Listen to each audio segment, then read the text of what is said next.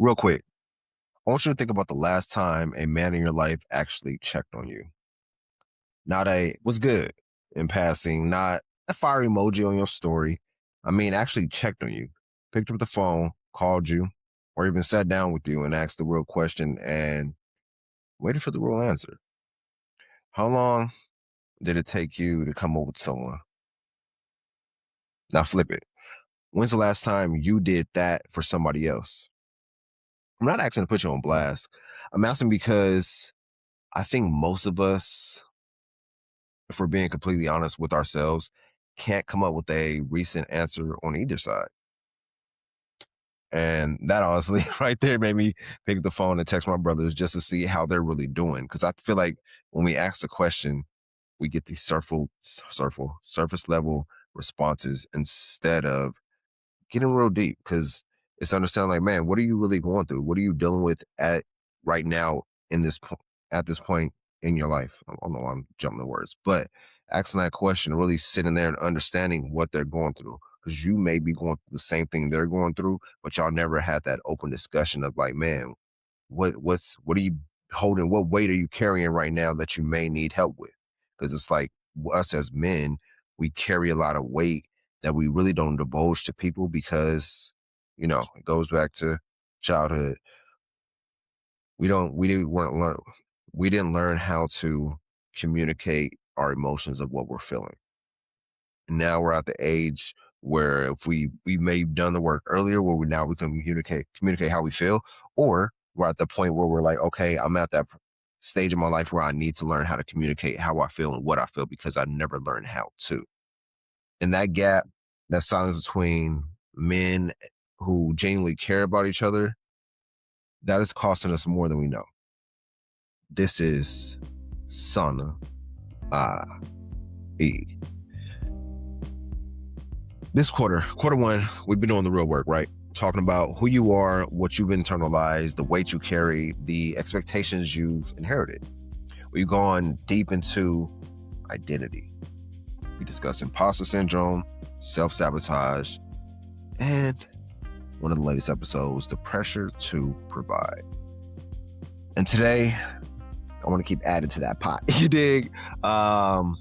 This is the piece that really connects it all. This is right here,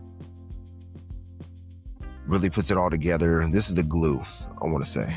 None of the work that sticks in isolation, not fully and not long term, which is what we're talking about today.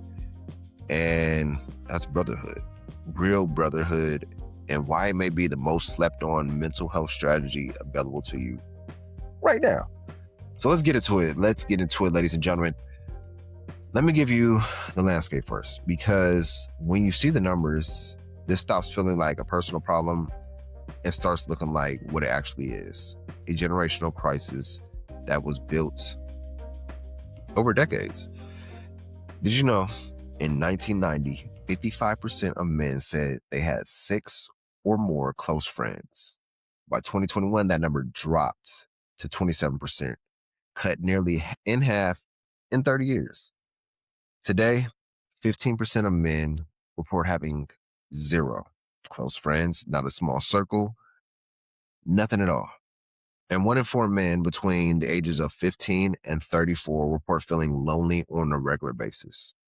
20% of single men say they have no close friends at all. Ain't that something? And you probably listen to this right now like, do I have close friends? Can I call on somebody to really go in depth of what I'm feeling, what I'm going through? Because they may be going through the same thing, but they have that shield up as me. Let's get deeper into this.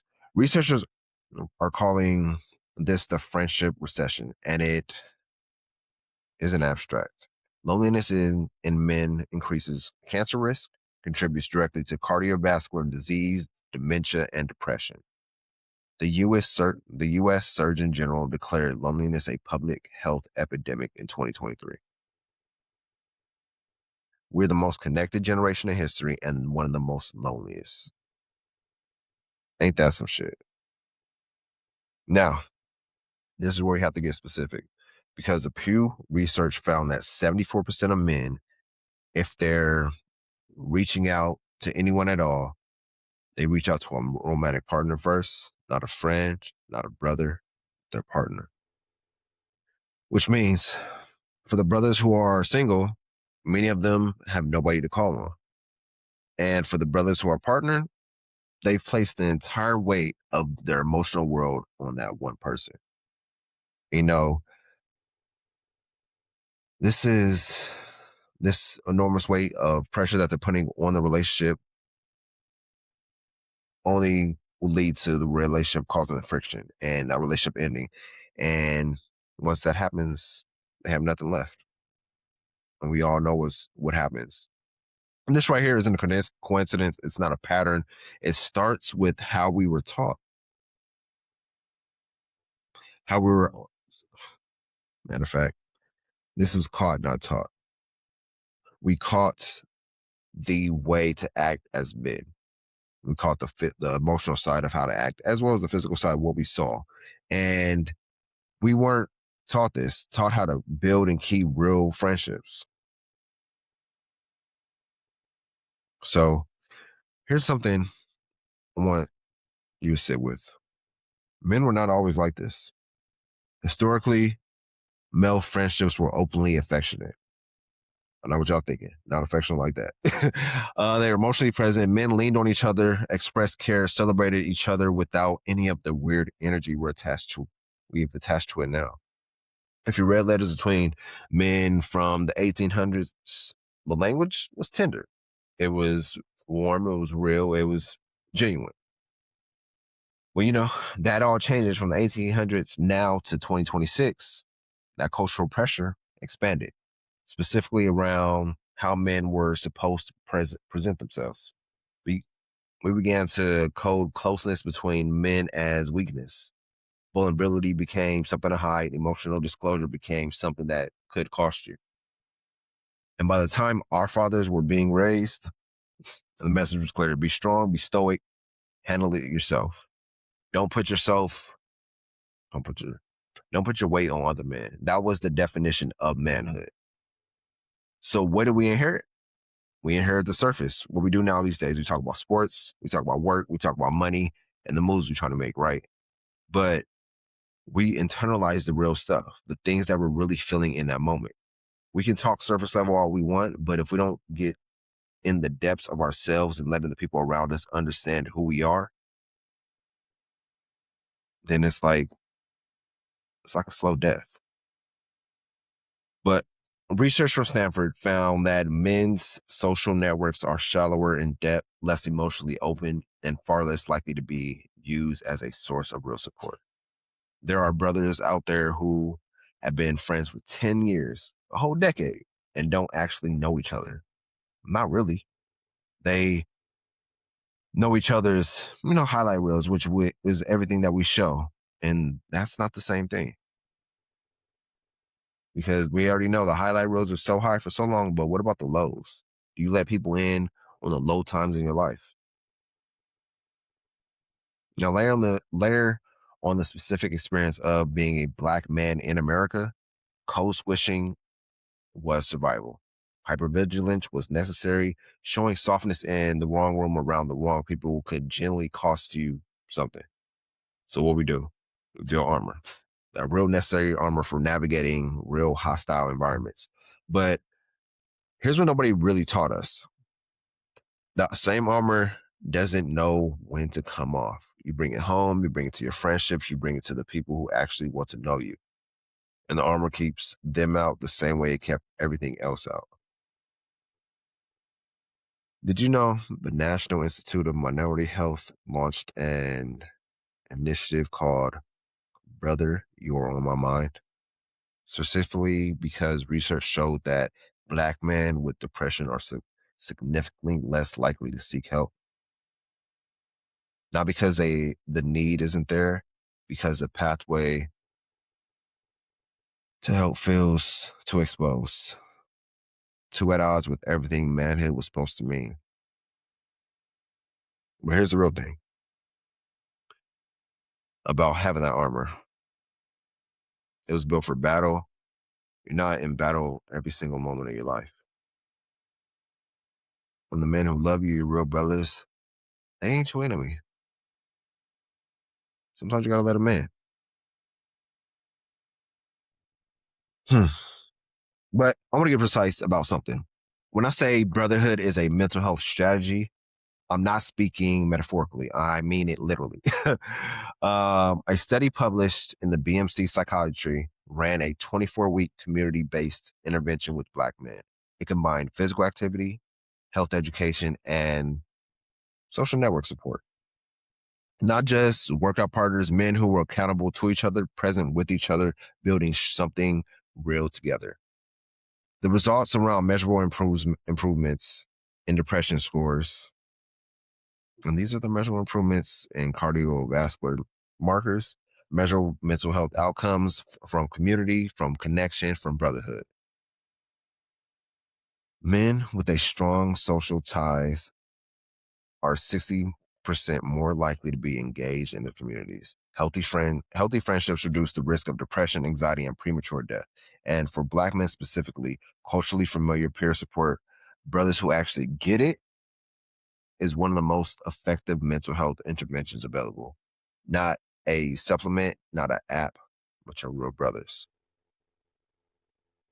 I know it's a lot, man. It's a lot. You like, man, it's a lot to internalize. It's a lot to think about. But the American Enterprise Institute put it plainly: healthy friendships inoculate men against despair.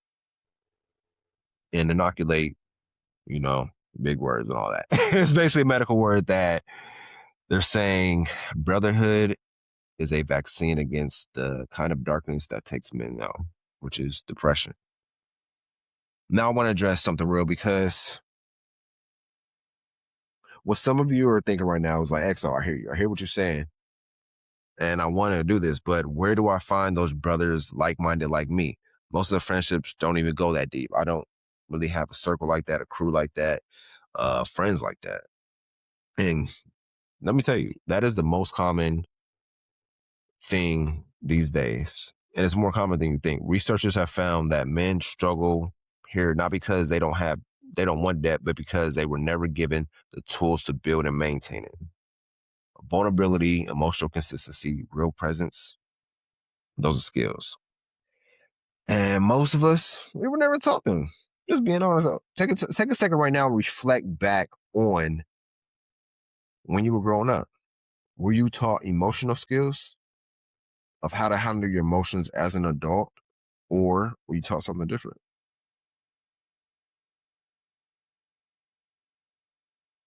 And this means we have to do the work. This isn't a character flaw. It's a training gap, and training gaps can be closed.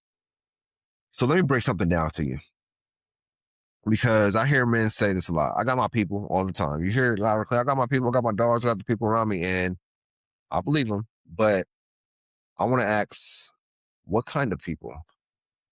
What kind of people do you have around you?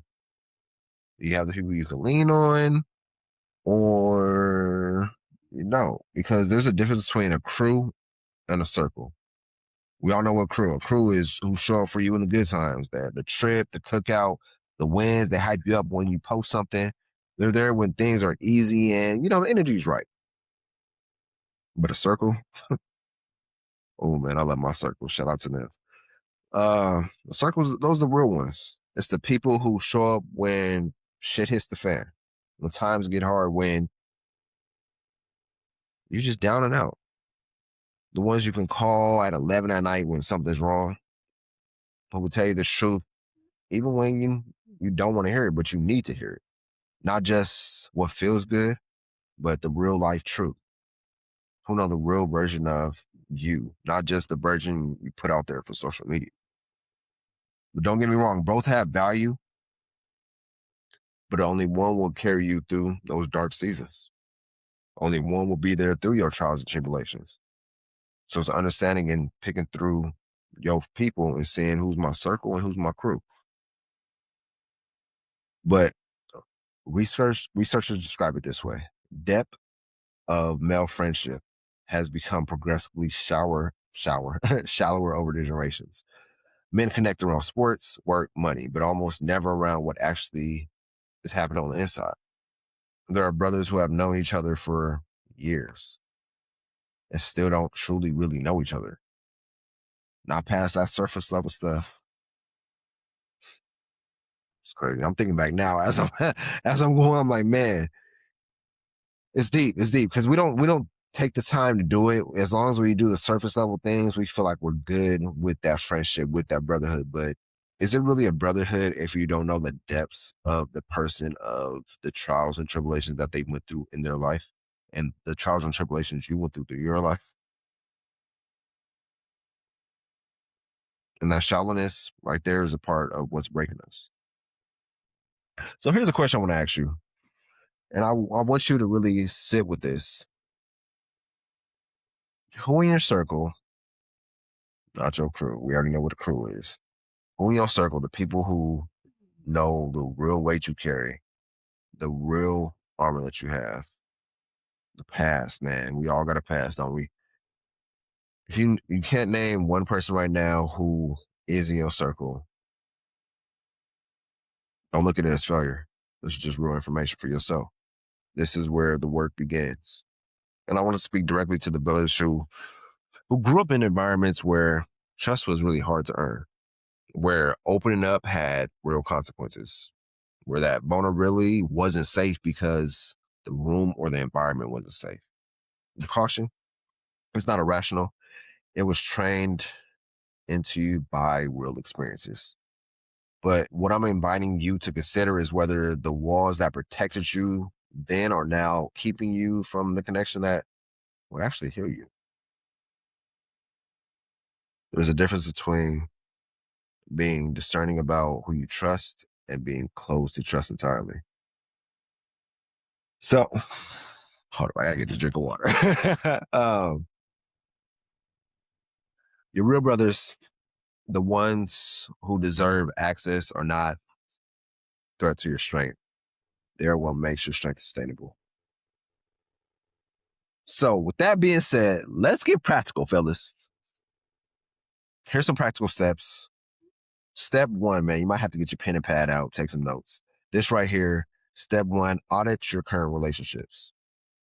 Not to rank people or cut anyone off, but get honest about what's actually there. Who in your life do you allow to see the real you? Who would you call if something went wrong tonight? That list might be shorter than you want it to be, but that's all right. Awareness is always the first move. We talked about that back in our identity episodes, is being aware. Number two, go deeper with one person. Go in depth, go and having that conversation, the real conversations, not the whole network, the whole group, just one person. Someone you already have a real foundation with, and not just history, but actually trust. And make one move toward that. It can be small acts. Hey, hey bro, how are you really doing? And wait for that real answer. And then vice versa, share something you've been carrying that you said out loud that you haven't said out loud. One real conversation is really how it starts. Step three, create a rhythm. Consistency builds trust. We talked about this with the discipline episode. The same principle applies to friendships. A monthly check-in, a standing call, a regular meal. The communities that show up in the research as actually improving men's mental health. Oh, I'm, I don't know why I'm tripping over my words. Forgive me, fellas. Outcomes all have one thing in common: structure, right? Not, we also link soon, a recurring intentional movement set up. Like, hey, bro, let's go out. I don't know, these days, whatever you do to connect. But step four, go first. This is the really the hardest one. I think really putting yourself out there. It requires reaching out when you don't know if you're reciprocating. If they'll reciprocate the same energy that you reciprocated. Checking on someone who hasn't checked on you, being vulnerable before you have proof it's safe. This is not weakness. That is real leadership. You got to lead from the front. And it is the only thing that actually breaks the cycle. The Brother You're on My Mind initiative found something powerful. Trusted brothers who share values of community and mutual Support may be in the best position to start sensitive relationships about mental health. Not therapists, not hotlines, but your brothers. Men who already have the relationship to say, I thought of you and I wanted to see how you were doing. You see everything every time. Because that is all it takes to begin real conversation. Conversation doesn't have to be perfect. Not a vulnerability dump. It's just, hey, I thought of you, bro. I want to see how you're really doing. You've been on my mind. What's going on? And that's the move. Because it's like we got to care about our brothers out here. So let's connect this like a web, man. Let's connect it. Because we're about to land this plane, gentlemen and ladies, if y'all out there listening to. Think about what we've been working on through quarter one, the identity work, right? Separating who you are from what your people expect you to become. Recognizing the imposter syndrome for what it is. We all been through it. Not a verdict, a pattern. Building that discipline doesn't require you to destroy yourself in the process. Releasing the pressure to prove your worth through the output. All that right there. Love it. That's the gumbo right there. All that's the internal work. Now you got to go to the potluck. This right here, it's all necessary. It's foundational. Doing all that work right there. But here's what I've come to understand. Internal work has a ceiling when it's done completely alone. Because your identity doesn't just get built in isolation, it gets reinforced or undermined by the people around you. When you're surrounded by men who only know the performed version of you, that performance gets harder and harder to maintain. You know how it is. But when you have brothers who know the real you, people that know the real XO, it reflects you backing yourself accurately. The internal work lands differently. And this right here is not soft. This is neurological. Human beings are wired for social regulation. Our nervous systems literally co-regulate with the people around us. When you are in the presence of someone who is genuinely safe, your body knows it. Your cortisol drops, your defense is lower. You think more clearly, you heal faster. I'll say that again for the people in the back. You heal faster. Brotherhood is not a luxury on top of the work. It is part of the mechanism of the work. So, as we keep flying through quarter one, because I'm like, bro, quarter one's over in like 2 weeks. Which is crazy to think about. This whole year right now is blown by fast. But as we go on through quarter one, and as you keep doing the inner work that we're all about, I want you to carry this with you. The strongest version of you is not the most isolated version. It's the most connected one. So let me land this plane. The friendship recession is real.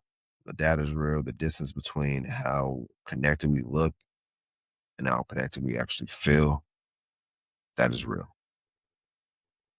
But so is this. You have the power to change it. Not for everyone, not all at once, but for yourself.